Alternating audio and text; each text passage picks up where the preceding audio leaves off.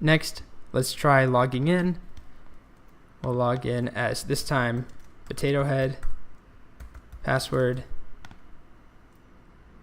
Then we'll try and edit this one. And it works. And we should be able to update this just fine. So we can try that out. Let's get rid of the exclamation points. Submit. And it updates. There's no punctuation at the end of Granite Mind. Okay. So we'll just apply it to update. We don't want someone to be able to update something as well. So it's not just about seeing the form, but it's about actually doing the updating. We want to protect both of those. And deleting. Right now anyone can delete, but as soon as I restart the server and I try refreshing, currently I'm not logged in. If I click delete, it takes me back here. As soon as I log in, and remember that's happening because of the res.redirect back. So then we'll do potato head again, whoops, password, log in. Now if I try and delete this one, it works just fine. And now we've lost another precious campground and we're almost out of them to play with. So that's our middleware. We have it set up correctly now.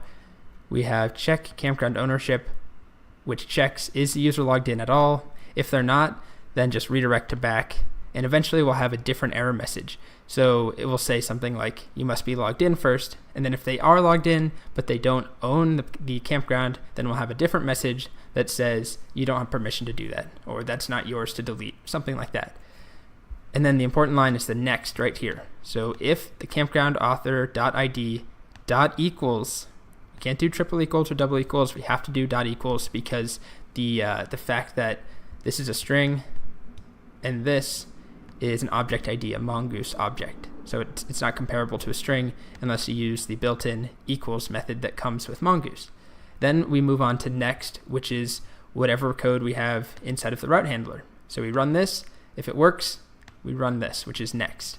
Or in this case, we run this, which is next. And in the case of update, we run this. Okay, so we'll save. We have one last thing that would be nice to do, which would be to hide these buttons. If I'm not logged in, I shouldn't be able to see an edit and delete button. Pretty much no website out there that has this kind of authorization would ever show you that button. It's just a bad user experience if you think you can delete something but you can't. So we want to hide it, and all we need to do is go to our template. So that's the show template, and inside of here we need to find those two buttons. They're right here, and we add an if statement. And I'm just going to write an empty statement to start with our correct brackets, just like that, and we'll indent just to make it easier to read. And all we want to do is check if the logged in user owns the current campground on the show page. And that's simple to do. We can just add the exact same code that we saw right here in our middleware, except it needs to be slightly different, but the same idea. If I paste this in, we can follow that. Rather than found campground, in the template we called it campground.author.id equals, and we actually don't have access to request.user.id, but remember we do have current user that we set up. And if you don't remember when or where we set that up, I'll show you briefly. It's inside of our app.js. If we go down to that, and you take a look right here, res.locals.current_user is request.user, and that's added to every single template. Every route will have current user available in the template equal to the currently logged in user.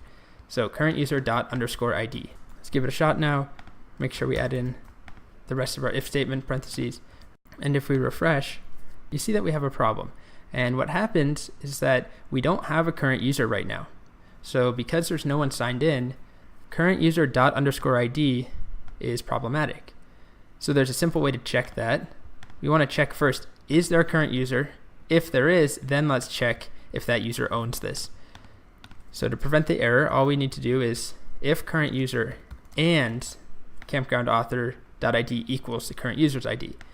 Remember that if this is false, so if current user is undefined, if it's empty, if it's something that is falsy, we never move on to the rest of this, because the way that an AND statement works is that it requires both sides to be true. So it short circuits if this is false, and we never evaluate this.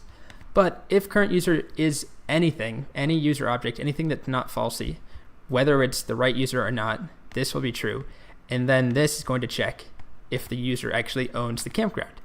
So if we try that again, refresh, right now we don't see the buttons, but if I do log in as Potato Head,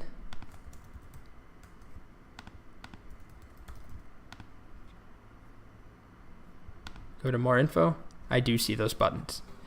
And just to double check everything still works, let's call it Sunset Lake Submit, and everything still works just fine. Great, so let's recap some of what we did here. Most importantly, in this last lesson, we focused on authorization, which is different than authentication. Authentication is just logging in, checking to see if you are who you say you are, while authorization is different permissions or security clearances, whatever you want to think of it as. It's what a user who is logged in is able to do, what they're allowed to do. So in our case, we went from having anyone at all being able to delete and update any campground, but now only users who own a campground can delete and update. And also, the last thing we did was hide the buttons, depending on if you're logged in or not. And we protected 3 different routes. That was edit, which is up here, update, right here, and delete, or destroy. And that was using our check campground ownership middleware that we defined. For now, it's just at the very bottom of this file. Awesome. In the next lesson, we'll focus on doing similar stuff for comments so that you can update a comment and delete a comment, and then we'll focus on authorization again, making sure that only people who own a comment can update it or delete it.